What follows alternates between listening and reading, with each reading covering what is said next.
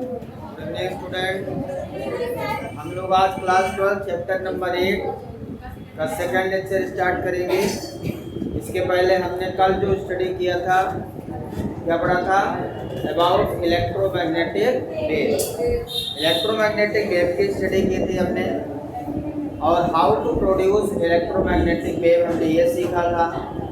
आज हम लोग जो स्टडी करेंगे, मैक्सवेल एक्सपेरिमेंट की स्टडी करेंगे और ये देखेंगे कि मैक्सवेल ने इलेक्ट्रोमैग्नेटिक वेव की शुरुआत कैसे की थी, कैसे उन्होंने आइडेंटिफाई किया और कैसे उन्होंने इलेक्ट्रोमैग्नेटिक वेव के बारे में डिस्कस किया है, कैसे उन्होंने इलेक्ट्रोमैग्नेटिक वेव का पता लगाया है। तो कई सारे क्वेश्चन का आंसर आपको यहाँ पे मिलने वाले हैं कि इलेक्ट्रोमैग्नेटिक वेव किस प्रकार से प्रोड्यूस हुई है। उसके लिए हमारे साइंटिस्ट ने कितनी मेहनत की होगी, लगभग 10 साल के अथक परिश्रम के बाद इलेक्ट्रोमैग्नेटिक वेव की खोज होती है। ठीक है, तो आज हम डिस्कस करेंगे मैक्सवेल एक्सपेरिमेंट। सभी लोग हेडिंग लगाएं, मुंह बंद रखें। मैक्सवेल एक्सपेरिमेंट,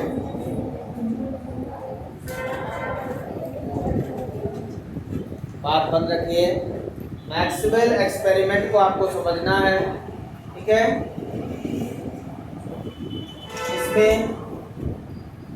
मैक्सवेल ने सबसे पहले एक पैरेलल प्लेट कैपेसिटर लिया है। Consider a parallel plate capacitor. Parallel plate capacitor, सबसे पहले मैक्सवेल ने एक पैरेलल प्लेट कैपेसिटर लिया है और फिर उस कैपेसिटर को चार्ज करना स्टार्ट किया। क्या किया? चार्ज करना स्टार्ट किया और चार्ज धीरे धीरे हुआ। चार्ज यहाँ चेंज होता रहा, ठीक है ना। क्या किया? Consider a parallel plate capacitor.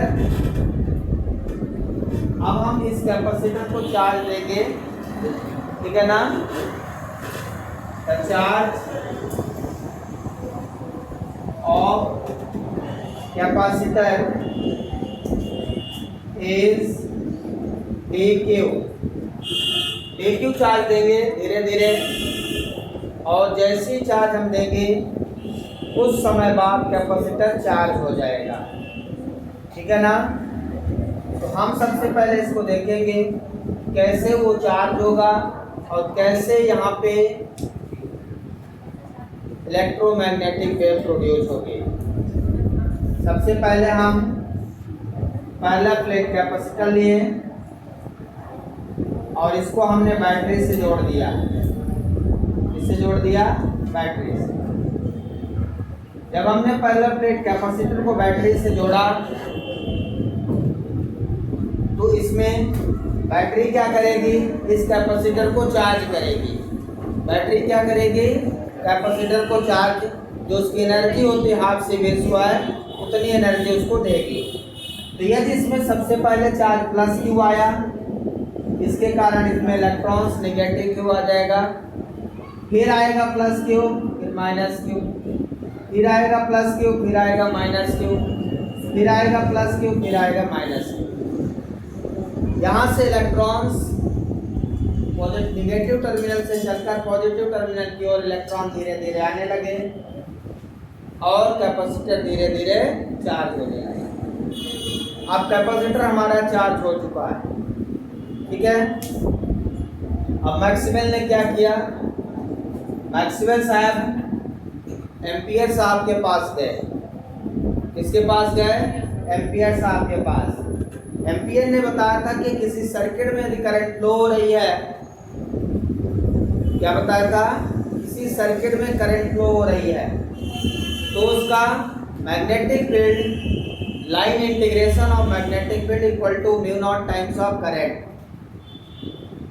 किसी सर्किट में फ्लो होने वाली करंट, तो यदि मैं according to Ampere circuit law लिखूं यहाँ पे,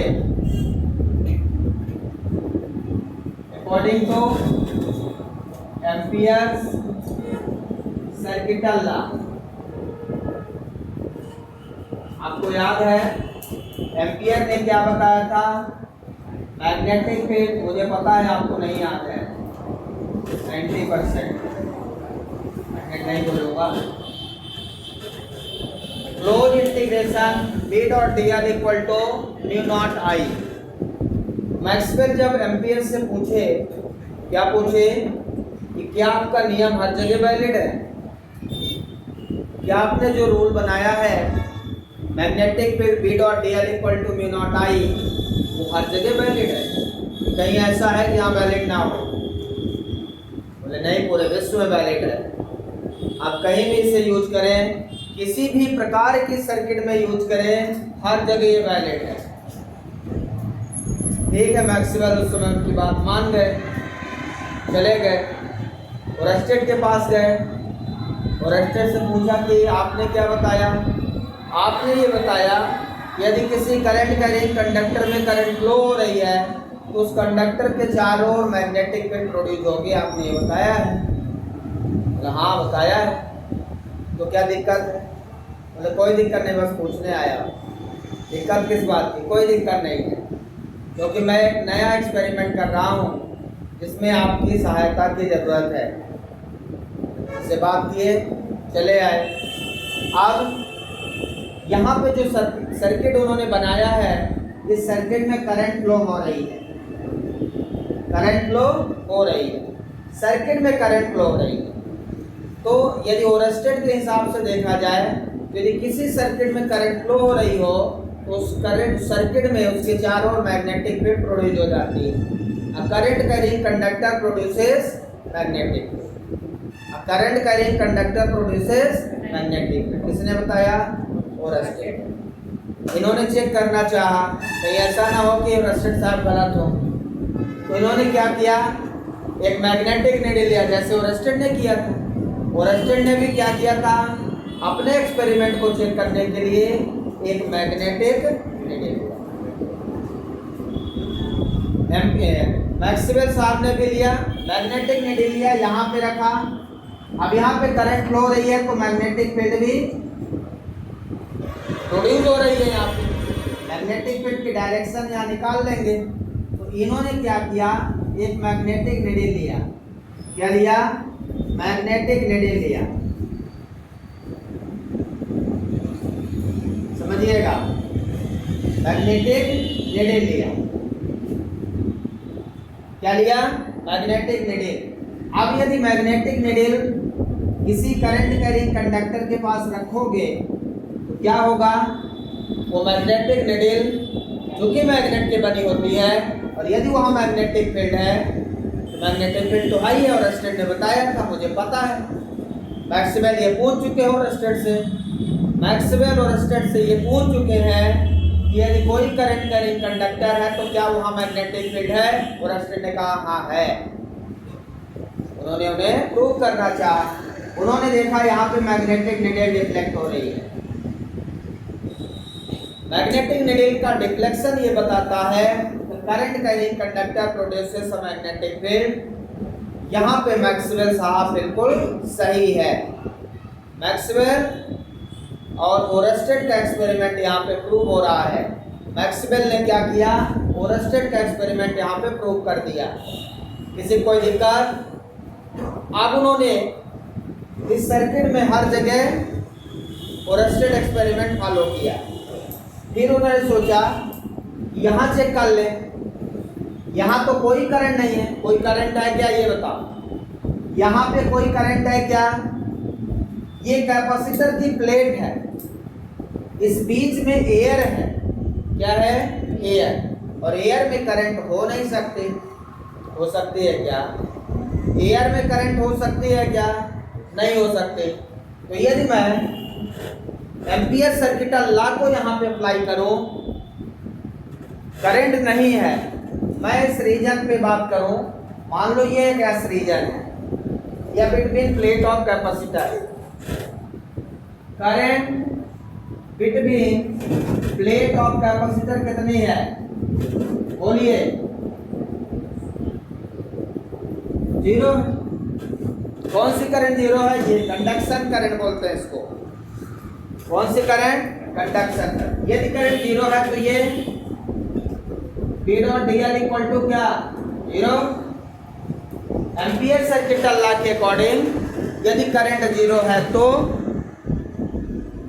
एम्पियर सर्किट लॉ के अकॉर्डिंग यदि करंट जीरो है तो क्या होगा, क्या होगा, करंट यदि जीरो है तो close integration P dot dl equal to zero मिल जाएगा। इसका मतलब P इक्वल टू जीरो मिल जाएगा। So according to Ampere's circuit law, magnetic field be zero. कहाँ पे? In the place of where current will be zero. In the place of where current will be zero, magnetic field is equal to zero. जहाँ जहाँ current zero होगी वहाँ वहाँ magnetic field zero. किसके according? Ampere circuit law के according. Maxwell ने दो ही scientist का यूज किया है, एक एम्पियर साहब का यूज किया, दूसरा ओरस्टेड का। दो साइंटिस्ट का यूज किया उन्होंने और दोनों से उन्होंने बात की कि क्या आपका एक्सपेरिमेंट हर जगह वैलिड है। उन्होंने कहा हाँ हर जगह वैलिड है। तो उनको चेक करना था। इसका मतलब ये है यहाँ पे magnetic field zero. According to Ampere circuit law यहाँ पे मैग्नेटिक फील्ड जीरो। समझ में आ गया? अब यहाँ पे यदि मैग्नेटिक फील्ड जीरो है तो क्या मैग्नेटिक नीडल में डिफ्लेक्शन होना चाहिए? क्या मैग्नेटिक नीडल में डिफ्लेक्शन होना चाहिए यदि मैग्नेटिक फील्ड जीरो है तो? अब मैक्सवेल ने इस स्पेस में between parallel plate of capacitor ये जानने की इच्छा रखी कि यहाँ पे मैग्नेटिक फील्ड है कि नहीं है। वैसे इनके हिसाब से उनको पता है कि जीरो है। उनको ये पता है कि एम्पियर ने कहा है जहाँ करंट जीरो है वहाँ मैग्नेटिक फील्ड जीरो है, और जहाँ मैग्नेटिक फील्ड जीरो है वहाँ मैग्नेटिक नीडल डिफ्लेक्ट नहीं करेगी। जहाँ मैग्नेटिक फील्ड जीरो है वहाँ मैग्नेटिक नीडल डिफ्लेक्ट नहीं करेगी। ये उनको कौन बताया? एम्पियर ने बताया। अब उनको लगा कि ऐसा शायद ना हो तो चेक कर लेते हैं। उनको क्या लगा, एक बार हम चेक कर लें, कहीं ऐसा ना हो कि मैग्नेटिक नीडल घूम जाए। कभी कभी लगता है ना कि ऐसा हो तो नहीं सकता, पर एक बार कर लो, क्या दिक्कत है, करने में कोई दिक्कत है क्या? तो मैक्सवेल साहब ने यहाँ पे मैग्नेटिक नीडल को फिर से रखा।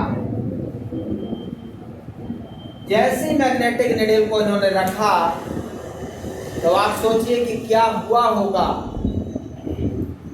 According to Ampere circuit law कुछ नहीं हुआ होगा क्योंकि मैग्नेटिक फील्ड जीरो है। यदि मैग्नेटिक फील्ड जीरो है तो मैग्नेटिक नीडल कोई डिफ्लेक्शन नहीं देगी। अब जैसे इन्होंने रखा, यहाँ पे इन्होंने ये देखा magnetic needle shows the deflection. अब ही वाज शॉक्ड, बिल्कुल शॉक्ड हो गए कि ये क्या हुआ, ये क्या मिला, खुद नहीं पता। एम्पियर ने ये कहा था जहां करंट जीरो है वहां मैग्नेटिक फील्ड जीरो है, और जहां मैग्नेटिक फील्ड जीरो है वहां मैग्नेटिक नीडल का डिफ्लेक्शन जीरो होना चाहिए, होना ही नहीं चाहिए। लेकिन क्यों? अब ये कैसे संभव है कि मैग्नेटिक फील्ड भी जीरो है, करंट भी जीरो है और डिफ्लेक्शन भी, ध्यान रखिए, जितना डिफ्लेक्शन यहाँ पे जिस मैग्नीट्यूड का, जिस अमाउंट का डिफ्लेक्शन, जितना डिफ्लेक्शन मैग्नेटिक नीडल यहाँ हुई है उतना ही यहाँ पे हुई है। ऐसा भी नहीं कि थोड़ा बहुत कम हुई। जितना डिफ्लेक्शन यहाँ पे मिला उतना ही डिफ्लेक्शन यहाँ पे मिला। अब यही क्वेश्चन इलेक्ट्रोमैग्नेटिक वेव को प्रोड्यूस करने में हेल्प करता है। यही वो क्वेश्चन है जिससे इलेक्ट्रोमैग्नेटिक वेव की शुरुआत होती है।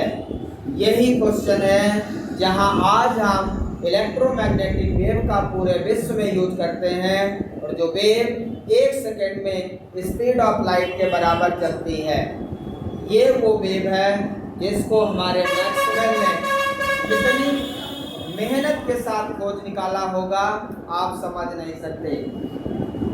अब क्वेश्चन ये उठता है कि जब मैग्नेटिक फील्ड जीरो है, जब करंट जीरो है, तो ये डिफ्लेक्शन आया कहाँ से?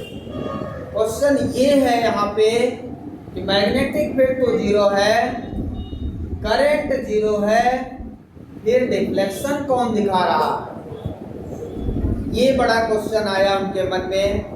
ऐसा हो नहीं सकता कि करंट ना हो। उनके मन में ये क्वेश्चन आया कि एम्पियर साहब सही हैं तो वहाँ करंट भी होनी चाहिए।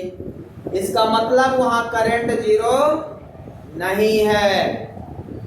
इसका मतलब ये है कि यहाँ पे करंट जीरो नहीं है, और यदि करंट जीरो होती तो ऐसा संभव नहीं है। लेकिन वो करंट कौन सी है जो है, उसको उन्होंने पता लगाना स्टार्ट किया। अब उनके माइंड में आया जब ये चार्जिंग डिस्चार्जिंग हो रही थी तब यहाँ पे एक फील्ड बन रही थी। जिस समय यहाँ चार्जिंग डिस्चार्जिंग हो रही थी उसी समय दोनों प्लेट के बीच में फील्ड बन रही थी, और वो इलेक्ट्रिक फील्ड, इलेक्ट्रिक फ्लक्स, यहाँ पे इलेक्ट्रिक फील्ड लाइंस है,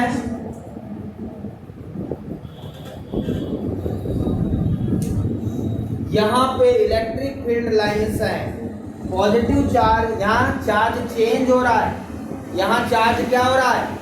चेंज हो रहा है। चार्ज के चेंज होने से इलेक्ट्रिक फील्ड चेंज हो रही है।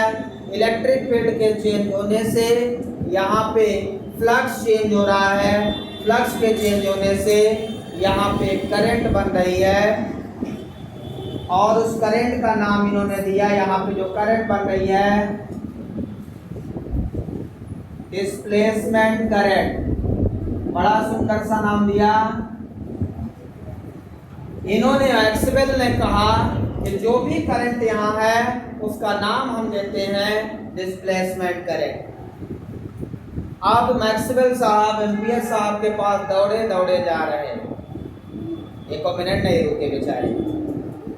एम्पियर साहब के पास गए मैक्सवेल साहब, और उन्होंने कहा कि आपने क्या नियम बनाया है, हमारी एक्सपेरिमेंट में आपका नियम फेल हो गया।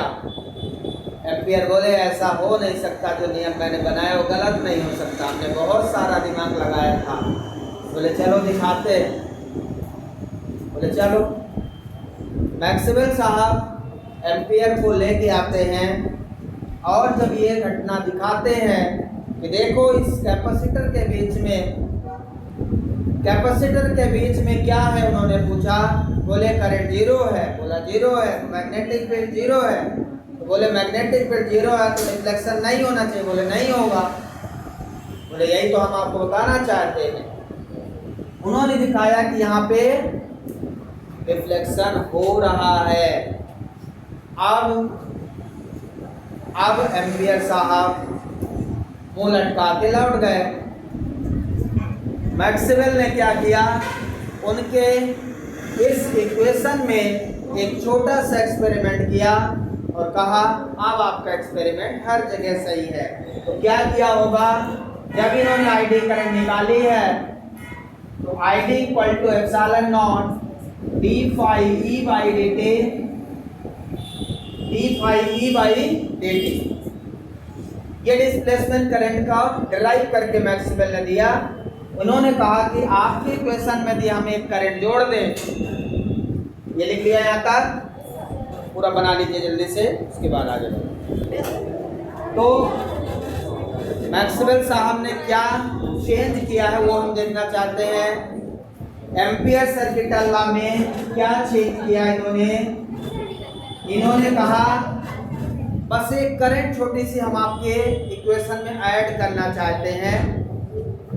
क्यों ऐड करना चाहते हैं आपके सामने है, क्योंकि यहाँ पे जो करंट है वो तो ठीक है, आपका वैलिड है, यहाँ पे इक्वेशन वैलिड है, कहीं हम एडिट नहीं करेंगे। हम केवल एक छोटा सा इक्वेशन ऐड करेंगे। यहाँ भी करंट है, यहाँ पूरा करंट तो है ही है, यहाँ भी जो करंट है यदि हम ऐड कर दें तो पूरी सर्किट की करंट मिल जाएगी, मिलेगी। यहाँ कौन सी करंट है? मैक्सवेल ने कहा यहाँ पे जो भी करंट है उसे हम डिस्प्लेसमेंट करंट का नाम देते हैं।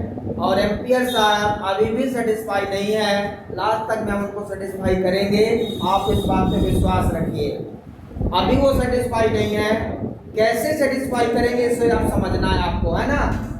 इन्होंने कहा यहाँ पे एक करंट है, अब हम क्या करें, इस करंट का नाम इन्होंने दिया डिस्प्लेसमेंट करंट और इस करंट का नाम दिया कंडक्शन करंट। जो वायर में कंडक्टिंग वायर में फ्लो हो रही करंट उसको कंडक्शन। इन्होंने कहा जोड़ दो IC प्लस ID, IC के साथ ID जोड़ दिया, ठीक है।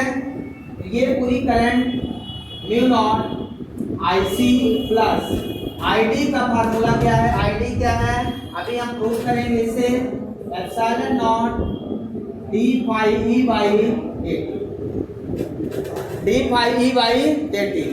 और इस इक्वेशन का नाम दिया उन्होंने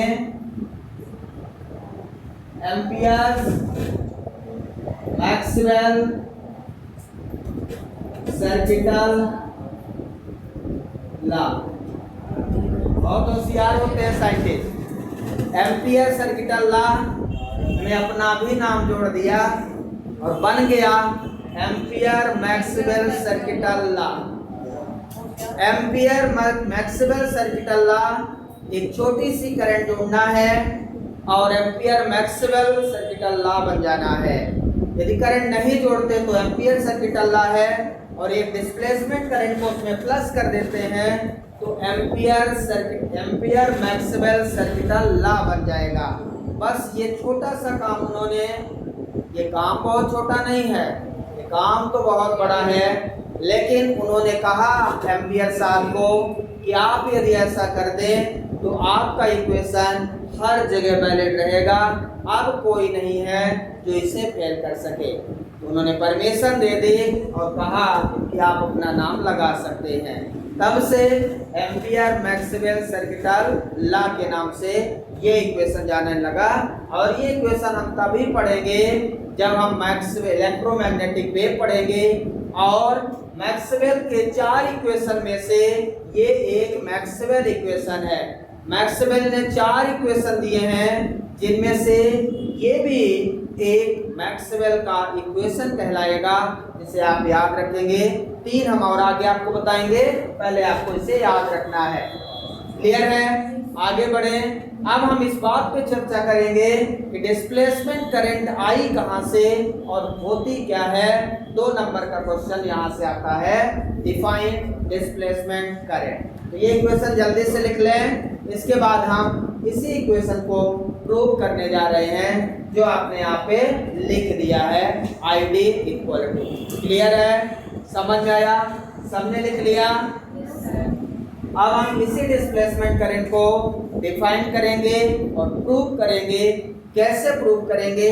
अभी एम्पियर सर्किटल लॉ सेटिस्फाई नहीं, एम्पियर साहब अभी खुश नहीं है। क्यों नहीं खुश है? क्योंकि उन्होंने कहा आज तक का रिकॉर्ड है, हमने करंट पढ़ा है rate of flow of charge. Ampere ने कहा हमने आज तक पढ़ा है rate of flow of charge होना चाहिए करंट। तो जब यहाँ पे मैक्सवेल ने इक्वेशन निकाला, इसमें कहीं भी आपको rate of flow of charge नहीं दिख रहा है, तब उनकी बात को भी ध्यान में रखना है और rate of flow of charge दिखाना है मैक्सवेल को। जब तक मैक्सवेल ऐसा नहीं करेंगे तब तक एम्पियर साहब नहीं मानेंगे कि आपकी ये करंट है। वो बोल रहे हैं कुछ अलग है, ये करंट नहीं है, कुछ अलग है। लेकिन करंट तब हम मानेंगे जब हमें दिखाओ कि वो rate of flow of charge है। तो हम अब वही प्रूव करने जा रहे हैं, आपको वही दिखाएंगे जो rate of flow of charge कैसे है। क्लियर है? अब हेडिंग लगाएंगे डिस्प्लेसमेंट करंट। डिस्प्लेसमेंट करंट यदि मैं आपसे पूछूं कि डिस्प्लेसमेंट करंट जो आई है वो किसके कारण आई है, due to change of charge, plus से minus, rate of flow of charge, इसमें चार्ज चेंज हो रहा है due to change of electric field. जैसे फैराडे ने बताया था rate of change of magnetic flux is equal to induce EMF. क्या बताया था, rate of flow of rate of change of magnetic flux is equal to induce EMF. उसी तरह rate of change of electric field, rate of change of electric field produces displacement current. यहाँ पे कौन displacement current produce कर रहा है, तो definition लिखेंगे, the rate of change of electric field, the rate of change of electric field, bracket में लिखेंगे electric flux, electric flux, the rate of change of electric field, bracket में लिखेंगे electric, मतलब या तो इलेक्ट्रिक फील्ड लिखते हैं या तो इलेक्ट्रिक फ्लक्स लिखते हैं, ठीक है। इज कॉल्ड, बहुत सुंदर से डेफिनेशन आपने लिखा है, डिस्प्लेसमेंट करंट की, इज कॉल्ड डिस्प्लेसमेंट करंट। यही वो डिस्प्लेसमेंट करंट है जो rate of change of electric field के कारण है। अब ध्यान दीजिए, मैंने आपको बताया था magnetic field, electromagnetic wave produces due to change of magnetic field. Magnetic field के चेंज से और इलेक्ट्रिक फील्ड के चेंज से इलेक्ट्रोमैग्नेटिक वेव प्रोड्यूस होती है। तो change of magnetic field produces electric field, ठीक है ना। तो इलेक्ट्रिक फील्ड के चेंज से डिस्प्लेसमेंट करंट प्रोड्यूस होती है। कौन सी करंट, डिस्प्लेसमेंट। समझ में आया, डिस्प्लेसमेंट करंट किसके कारण आई, rate of change of electric. समझ में आया क्या। अब इसे हम प्रूव करने जा रहे हैं, कैसे डिस्प्लेसमेंट करंट को प्रूव करेंगे। तो सबसे पहले इसने एक कैपेसिटर लिया, डेफिनेशन लिखने के लिए आएगी तो बस इतना ही लिखना है और फार्मूला लिख देना। ID इक्वल टू क्या फार्मूला हमारा, epsilon naught del d phi E by dt। यहाँ फ्लक्स इलेक्ट्रिक फ्लक्स है। अब इन्होंने जो प्रूव किया होगा, सबसे पहले एक कैपेसिटर लिया है, जिसको धीरे धीरे चार्ज किया, इसमें एक एरिया ले लिया जिसमें से फील्ड लाइन पास हो रही है। आपको पता है किसी सरफेस से जितनी इलेक्ट्रिक फील्ड लाइंस पास हो जाती हैं उसी को हम इलेक्ट्रिक फ्लक्स कहते हैं। किसी क्लोज सरफेस से जितनी इलेक्ट्रिक फील्ड लाइन पास हो जाती हैं उसे हम इलेक्ट्रिक फ्लक्स कहते हैं। ये इलेक्ट्रिक फील्ड लाइंस हैं जो किसी सरफेस से पास हो रही हैं, तब उसका नाम हमने कर दिया इलेक्ट्रिक। अब हमें दो पैरेलल प्लेट के बीच का इलेक्ट्रिक फील्ड लिखना है और इस शीट का सरफेस चार्ज डेंसिटी लिखना है। आपको पता है सरफेस चार्ज डेंसिटी कितनी होती है, of sheet sigma equal to Q by A. Sigma equal to Q by A पढ़ा है क्या, नहीं पढ़ा तो आज पढ़ लो। सिग्मा इक्वल टू कितना होता है, Q by a surface charge density. और इलेक्ट्रिक फील्ड आपको याद है between plate of capacitor. Electric field between plate of capacitor आपको याद है, गॉस थ्योरम के एप्लीकेशन में मैंने आपको बताया था E इक्वल टू कितना, sigma by epsilon not.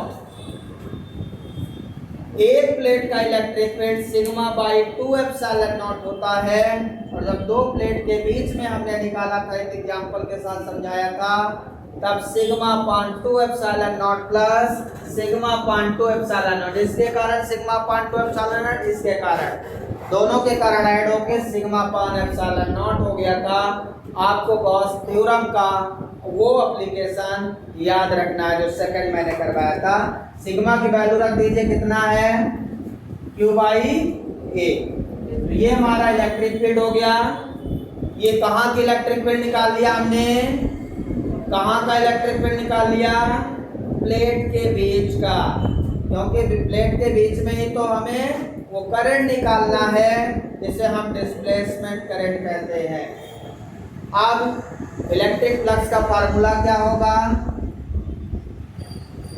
Electric flux आपको याद है phi E equal to E ए। जिनको नहीं याद है वो हंस रहे होंगे, देख लो चाहे पीछे, जिनको याद है उनको तो याद है।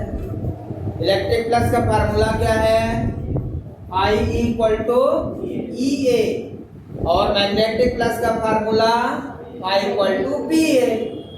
यहाँ ई ए वहाँ P A, electric field into area electric flux, magnetic field into area magnetic. जिनको याद है अच्छी बात है। अब इस इक्वेशन में हम ई की वैल्यू रख दें, ये वैल्यू इक्वल टू कितना है Q बाई एप्सिलॉन नॉट ए, ये वैल्यू यहाँ रख दो। फाई ई इक्वल टू कितना हो जाएगा Q by epsilon naught A into A से कैंसिल, Q बाई एप्सिलॉन। क्या ऐसा इक्वेशन आपने पढ़ा है, ये गॉस थ्योरम आपने पढ़ लिया इन इलेक्ट्रिक फील्ड।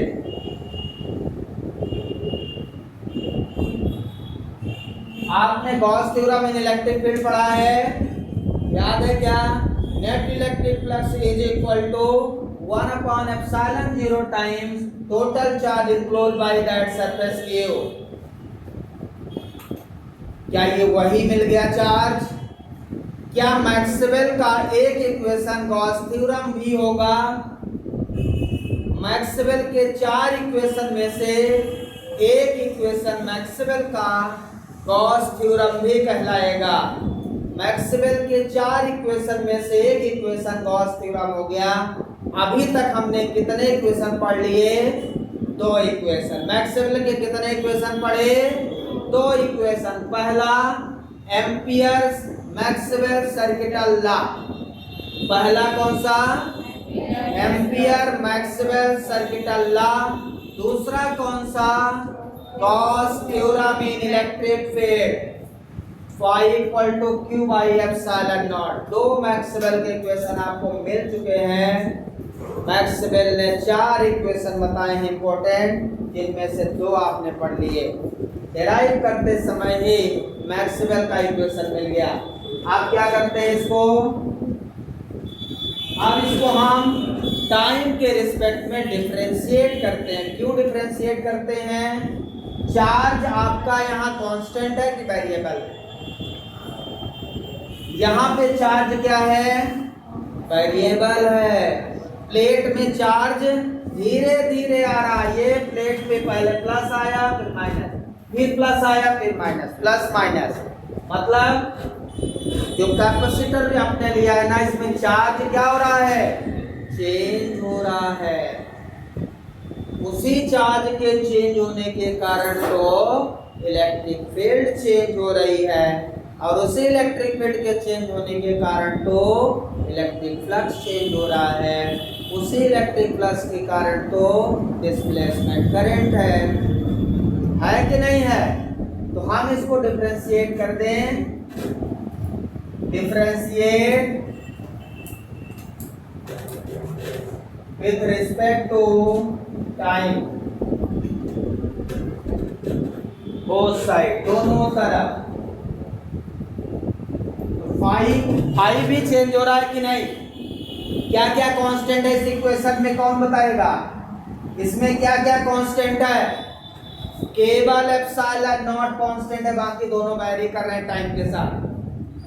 फ्लक्स भी चेंज है, इसको लिखेंगे D phi E by D T equal to epsilon naught constant है तो उसको लिख देंगे 1/एप्सिलॉन नॉट। इसके बाद चार्ज वेरिएबल है तो लिखेंगे डी क्यू बाई डी। क्या लिख देंगे? D Q by D. अब बताइए D Q by D T को क्या कहेंगे? क्या कहेंगे? I D. ये चेंज ऑफ चार्ज है, rate of change of charge है, समझ रहे? अब एम्पियर साहब, मैक्सवेल साहब ने कहा था रुको अभी मैं आपको बताता हूं। क्या बताता हूं? क्या बताता हूं? क्या समस्या थी कि आपने जो डिस्प्लेसमेंट करंट बताया वो rate of change of charge नहीं है, rate of flow of charge नहीं है। इन्होंने कहा देखो हम प्रूव कर दिए। क्या प्रूव कर दिए? कि जो चार्ज है, जो करंट है, वही जो Q बाई टी पढ़ते थे यहाँ D Q by D T हो गया है। यहाँ आई डी क्या है? D Q by. चार्ज यहाँ पे वेरिएबल है, ध्यान रखना है। तो charge very with the time. यहाँ चार्ज क्या हो रहा है? टाइम के साथ। अब यहाँ से आई डी कितना आ जाएगा? एप्सिलॉन नॉट यहाँ मल्टीप्लाई कर दो डी फाई ई बाई। कितना मिल गया आपको? करंट डिस्प्लेसमेंट करंट की वैल्यू कितनी मिल गई? Epsilon naught D phi E by. Phi क्या है? इलेक्ट्रिक फ्लक्स है। फाई क्या है? इलेक्ट्रिक फ्लक्स नाम है। फाई इक्वल टू यदि ई ए रख दें क्या बन जाएगा?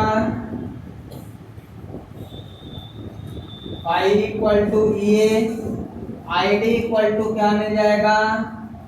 Epsilon naught A. Area plate की यहाँ कांस्टेंट है D E by D T. मैंने इसी कारण से लिखा था rate of change of electric field भी लिख सकते हो, चाहे rate of change of electric flux लिखो डिस्प्लेसमेंट करंट को, चाहे rate of change of electric field लिख दो डिस्प्लेसमेंट करंट को, दोनों सही है। और आपको अलग अलग बुकों में ये मिल सकते हैं। यहाँ तक लिखिए। इस तरह से आपने डिस्प्लेसमेंट करंट फाइंड कर लिया। यूनिट वही होगी जो करंट की होती है। तो दो करंट आपने इसमें पढ़ लिए, कंडक्शन करंट, दूसरे डिस्प्लेसमेंट। क्लियर है? समझ में आया? अब डिस्प्लेसमेंट करंट याद रखिएगा, 2 नंबर का लिखने के लिए आ जाती है, तो इसको याद रखेंगे। इस तरह से मैक्सवेल ने एक करंट बताई और वो करंट डिस्प्लेसमेंट करंट कहलाया। किसके कारण? Change of electric field. अब यहाँ पे इलेक्ट्रिक फील्ड और मैग्नेटिक फील्ड, जब इलेक्ट्रिक फील्ड चेंज हो रही थी और करंट इंड्यूस हो रही थी तब वहाँ पे मैग्नेटिक फील्ड भी है। मतलब यहाँ से एक रेडिएशन निकल रहा है। क्या निकल रहा? रेडिएशन। बाद में उस रेडिएशन का नाम इलेक्ट्रोमैग्नेटिक वेव के नाम से रखा गया। क्या नाम रखा गया? Electromagnetic wave. अब हम मैक्सवेल 4 इक्वेशन पहले लिख लें। मैक्सवेल के वो 4 इक्वेशन कौन कौन से हैं?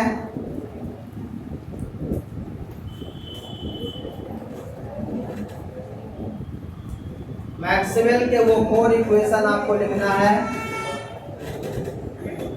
ठीक है? फर्स्ट इक्वेशन, मैक्सवेल का फर्स्ट इक्वेशन क्या है? Gauss theorem. आपको याद है E dot D S equal to Q by epsilon naught. ये है Gauss theorem in electric field या इलेक्ट्रोस्टैटिक फील्ड भी लिखते हैं।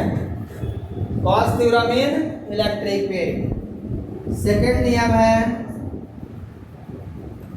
Magnetic field B dot ds equal to zero. इसका नाम है Gauss theorem in magnetic field.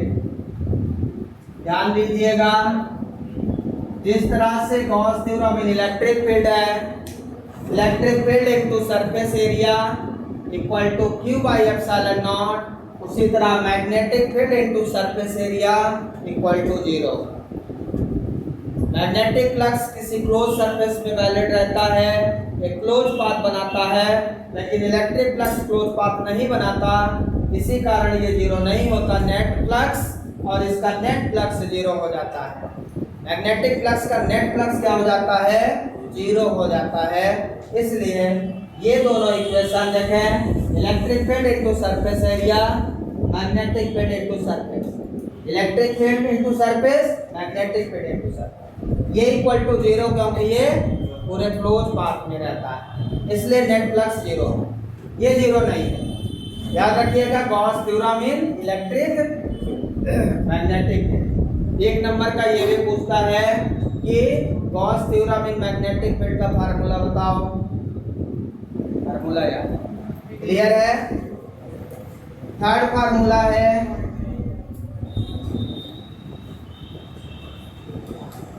अब थर्ड फार्मूला एक ऐसा फार्मूला है जिसमें इलेक्ट्रिक फील्ड और मैग्नेटिक फील्ड दोनों है, minus D phi by D phi V by D T,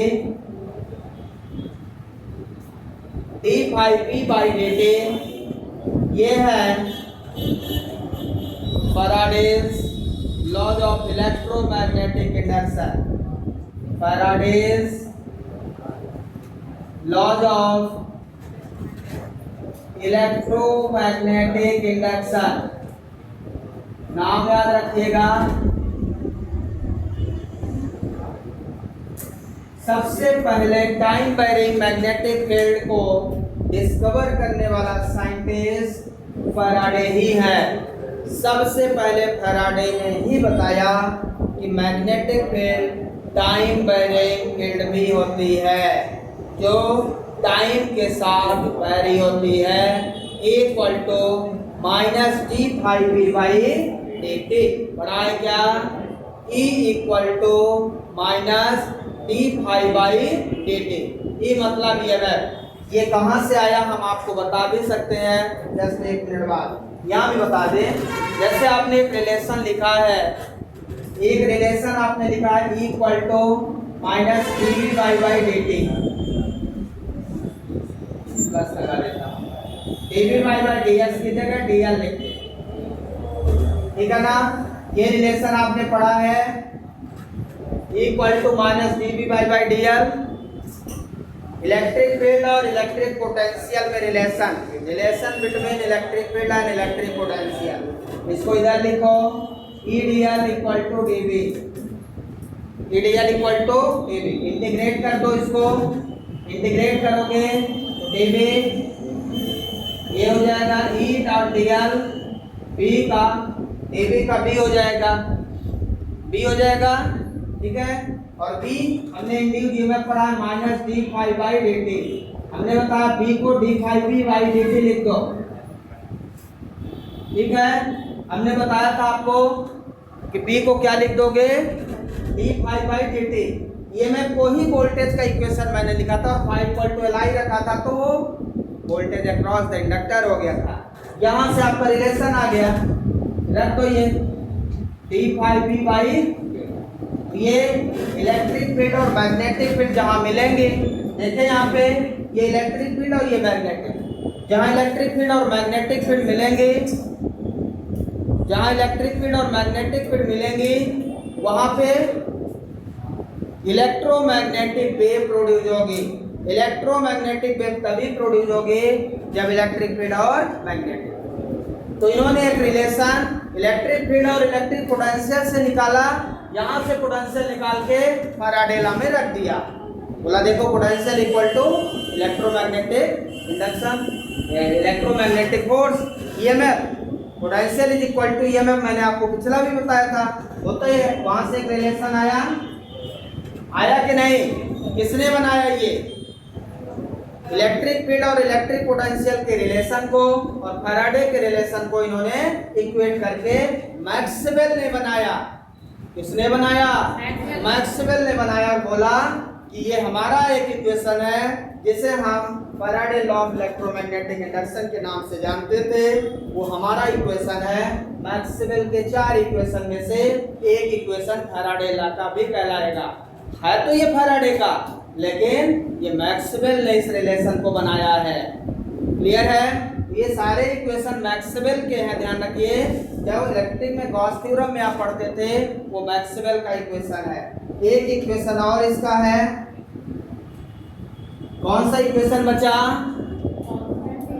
हाँ, B dot dl equal to mu naught IC plus ID, यही बस बचा है।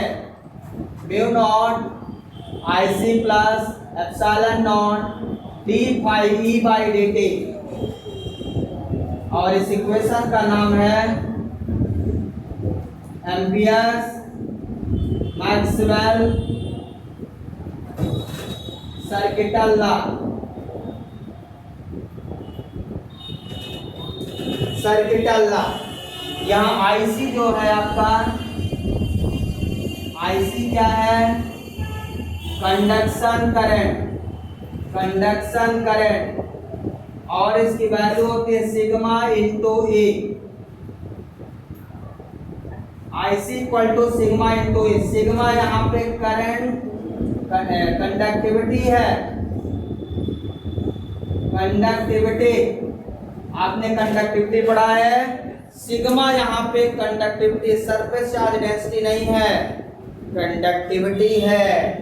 तो IC equal to conduction current, ID equal to displacement current, displacement current equal to epsilon naught d phi V by dt। ID आपका displacement current पीछे बता चुका हूं।